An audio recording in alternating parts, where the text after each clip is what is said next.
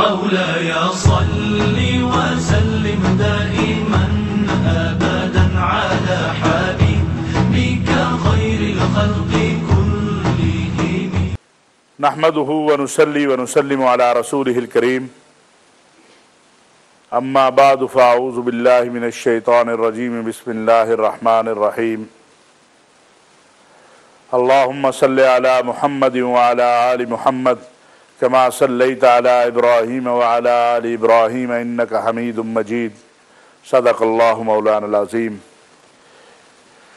واجب الاحترام ناظرین و سامعین، السلام علیکم ورحمۃ اللہ وبرکاتہ. پروگرام دین و دنیا اسپیشل کے ساتھ آج ایک بار پھر میں آپ کی خدمت میں حاضر ہوں. سب سے پہلے تو میں آپ سے گزارش کروں گا کہ گزشتہ روز میرے انتہائی عزیز ماموں، جنہوں نے میری تعلیم میں بھی جن کا بڑا حصہ تھا، وہ اس دنیا سے رخصت ہو گئے. آپ سب سے میری گزارش ہے کہ آپ ان کی مغفرت کے لیے دعا فرمائیں کہ اللہ پاک ان کی مغفرت فرمائے اور ان کے درجات کو بلند فرمائے. اور رمضان المبارک کی ان ساعتوں میں امید کرتا ہوں کہ آپ میری اس گزارش کو نہیں بھولیں گے. آج جس شخصیت پہ ہم نے گفتگو کرنی ہے، رسول اکرم صلی اللہ علیہ وسلم نے ان کی وفات والے سال کو غم کا سال کہا تھا، اور ان کا نام سیدہ خدیجۃ الکبریٰ رضی اللہ تعالی عنہا ہے. انسانیت میں سب سے پہلے جس نے اسلام کو قبول کیا وہ ایک خاتون تھی، اور وہ خاتون سیدہ خدیجۃ الکبریٰ. رسول اللہ صلی اللہ علیہ وسلم کی دعوت کو جس نے سب سے پہلے انسانوں میں قبول کیا وہ حضرت خدیجۃ الکبریٰ تھی. اس پر تفصیل سے بات کریں گے آج ہم. ہمارے ساتھ مہمان ہیں، ہمارے بہت بڑے خطیب ہیں، ادیب ہیں، مفکر ہیں، ماشاءاللہ مفسر بھی ہے. اللہ تعالیٰ نے ان کو قرآن کی فہم دے رکھی ہے. اور لاہور میں ایک بہت بڑا مرکز ہے، مرکز بلال، اس کے سربراہ ہیں مولانا شفاعت نوری صاحب. ان کے ساتھ ہمارے ممتاز کالم نگار ہیں، ادیب بھی ہیں، مفکر بھی ہیں، دانشور بھی ہیں، اور آپ انہیں جانتے ہیں. ہمارے پروگراموں میں کبھی کبھی یہ تشریف لے آتے ہیں ہماری دعوت پر، اگرچہ اکثر اوقات یہ مصروف ہوتے ہیں. علامہ صدیق اظہر صاحب، دونوں حضرات کو خوش آمدید. حضرت کیا فرمائیں گے سیدہ خدیجۃ الکبریٰ کی شخصیت کے بارے میں؟ بسم اللہ الرحمن الرحیم.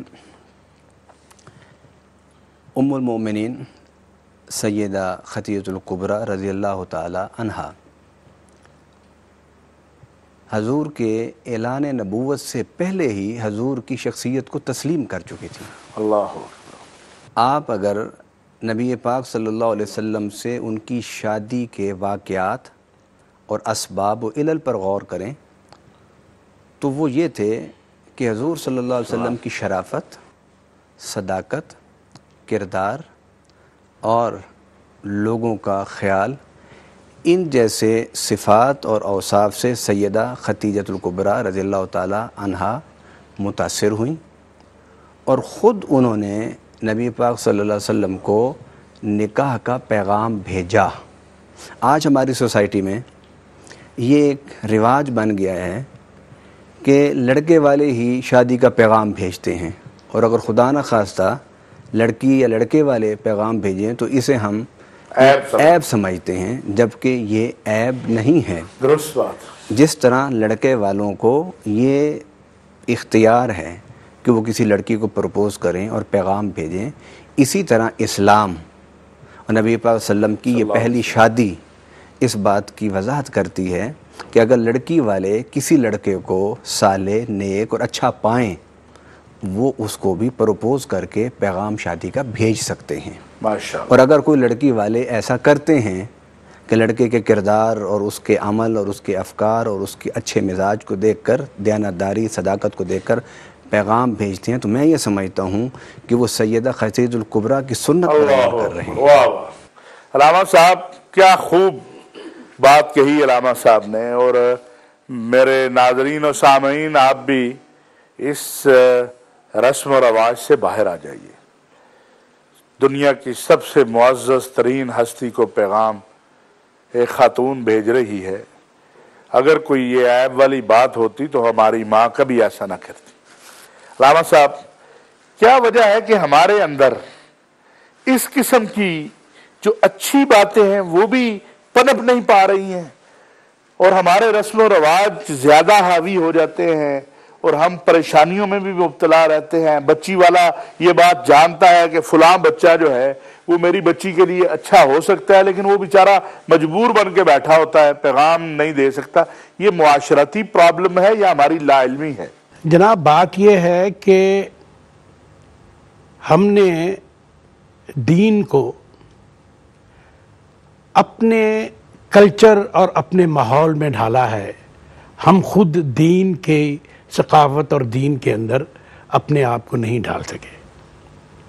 بر صغیر کے اندر کسی لڑکی کی طرف سے پیغام کا جانا یا لڑکی والوں کا کسی کے گھر میں پیغام لے کے جانا، ایک یعنی اس میں صرف مسلمانوں کی میں بات نہیں کر رہا، یہ یہاں پر رہنے والے جتنے بھی لوگ تھے، مسلمان اور غیر مسلم، ان سب کے اندر بر صغیر کا ایک کلچر ایسا بن گیا ہے جہاں پر عورت کو حقیر خیال کیا جاتا ہے۔ لیکن اسلام تو عورت کو حقیر خیال میں عرض کر رہا ہوں، میں عرض کرتا ہوں، لیکن عرب روایت میں ایسے کردار موجود ہیں، اور خود حضرت خدیجہ الکبریٰ کا یہ جو عمل تھا کہ انہوں نے خود پیغام جو ہے وہ بھیجا، وہ اس بات کی نشاندہی کرتا ہے کہ اسلام تو اس شادی کے 15 برس کے بعد آیا ہے۔ درست، واہ۔ لیکن آپ یہ اندازہ لگائیں کہ حضرت خدیجہ الکبریٰ جو ہیں وہ اپنے رویے میں کس قدر، یعنی ان کے اندر ایک بہادری اور ایک شخص جنہیں وہ پسند کرتی تھی ان کے کردار کے حوالے سے، تو انہیں حوصلہ کتنا تھا کہ میں یہ پیغام دے سکتی ہوں۔ اس سماج نے ان کو یہ پیغام دیا تھا، دینے کا حق دیا تھا، ان کا حق دیا تھا۔ اور دیکھیں اس کا تضاد بھی دیکھیں، اور یہ معاشرہ وہی معاشرہ ہے جس کے اندر بیٹیوں کو پیدا ہوتے ہی دفن بھی کر دیا جاتا تھا۔ لہذا حضرت خدیجہ الکبریٰ کا جہاں کردار دنیا کی عورتوں کے لیے اور ہم سب لوگوں کے لیے مشعل راہ ہے، وہاں ایک بات تاریخی طور پر آپ ذہن میں رکھیں، اور وہ بہت بڑی بات ہے، اور وہ یہ کہ حضرت خدیجہ الکبریٰ اپنے ماحول میں ایک استثناء بھی تھیں۔ اللہ اکبر، واہ واہ واہ۔ وہ ایک استثناء بھی تھیں کہ اس معاشرے کے اندر اللہ تعالیٰ نے ان کے دل میں اتنی جرت، اتنی استقامت دی تھی کہ وہ جانتی تھی کہ میرے لیے یہ رستہ درست ہے، اور اس دیکھیں جو شخصیت سامنے تھی وہ شخصیت کون تھی؟ وہ شخصیت وہ تھی جس نے کہ تمام عرب قبائل کو اپنے سامنے اکٹھا کیا اور یہ کہا کہ اگر میں تمہیں یہ کہوں کہ اس پہاڑی کے دوسری طرف سے کوئی دشمن حملہ کر رہا ہے تو تم مان لو گے؟ کسی ایک شخص نے 40 برس کی عمر میں، 40 سال کے اس پورے کے پورے عرصے میں کوئی ایک عربی، کوئی ایک مقامی فرد اٹھ کے اس نے یہ نہ کہا کہ آپ نے تو فلاں وقت مجھ سے یہ وعدہ کیا تھا اور آپ نے یہ نہیں کہا۔ آپ ذرا دیکھیں، آپ یہ بھی دیکھیں۔ علامہ صاحب، وحی آتی ہے، ذرا وہ منظر اور وہ وحی کا آنا، رسول اللہ صلی اللہ علیہ وسلم کا سیدہ کے پاس آنا، ذرا یہ ہمارے ناظرین کے لیے بیان فرمائیں۔ آپ نے پوچھا کہ سیدہ خدیجہ الکبریٰ رضی اللہ تعالیٰ عنہ کے بارے میں، تو میں نے آغاز کیا کہ سیدہ تو حضور صلی اللہ علیہ وسلم کے اعلان نبوت سے ہی سب کچھ آپ کو مان چکے تھی۔ اللہ اکبر، کمال۔ اور اس کے بعد پھر حضرت خدیجہ الکبریٰ رضی اللہ تعالیٰ عنہ فرماتی ہیں کہ حضور میرا کاروبار کرتے تھے، تجارت، تو 35 یا 36 سال کی جب عمر نبی پاک صلی اللہ علیہ وسلم کی ہوئی تو حضور صلی اللہ علیہ وسلم دنیاوی مشاغل سے آپ کی توجہ کم ہونا شروع ہو گئی، اور حضرت خدیجہ الکبریٰ رضی اللہ تعالیٰ عنہ آپ کو وہ دیتی زیادہ کھانے پینے کا سامان، اور آپ غار حرا میں تشریف لے جاتے۔ پھر دیکھیے فرما برداری اور اطاعت اور حضور صلی اللہ علیہ وسلم کا احترام۔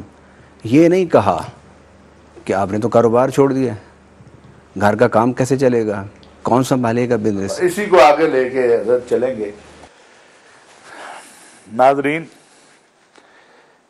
گفتگو ایسی شروع ہو گئی ہے کہ میرے پاس کوئی جملہ نہیں، میں کیا بات کروں ماں سوائے اس کے کہ بیٹیوں والوں اپنی بیٹیوں پہ فخر کیا کرو، اور جو حق حضرت ختیجہ نے بچیوں کو دیا ہے اس سے انہیں محروم نہ کرو، اور وہ حق یہ ہے کہ اگر تمہاری بچی کے لیے کوئی تمہیں اچھا رشتہ لگتا ہے تو جاؤ اور جا کر کہہ دو کہ میری بچی کے لیے یہ رشتہ مجھے اچھا لگ رہا ہے۔ یہ معاشرے کے اندر ایک ایسا آغاز کرنے کی ضرورت ہے، اور بالخصوص پاکستان کے اندر جہاں بچیوں کے رشتے اس وقت سب سے بڑا مسئلہ بنے ہوئے ہیں۔ اور آج علامہ صاحب کی اس بات سے سچی بات ہے، میری توجہ بھی پہلی مرتبہ اس جانب گامزن ہوئی ہے۔ انشاءاللہ سیدہ خدیجۃ الکبریٰ کی حیات طیبہ پر آگے چل کے مزید بات کرتے ہیں۔ فی الحال لیتے ہیں ایک وقفہ، اور وقفے کے بعد دوبارہ بات کرتے ہیں۔ مولاي صل وسلم دائما أبدا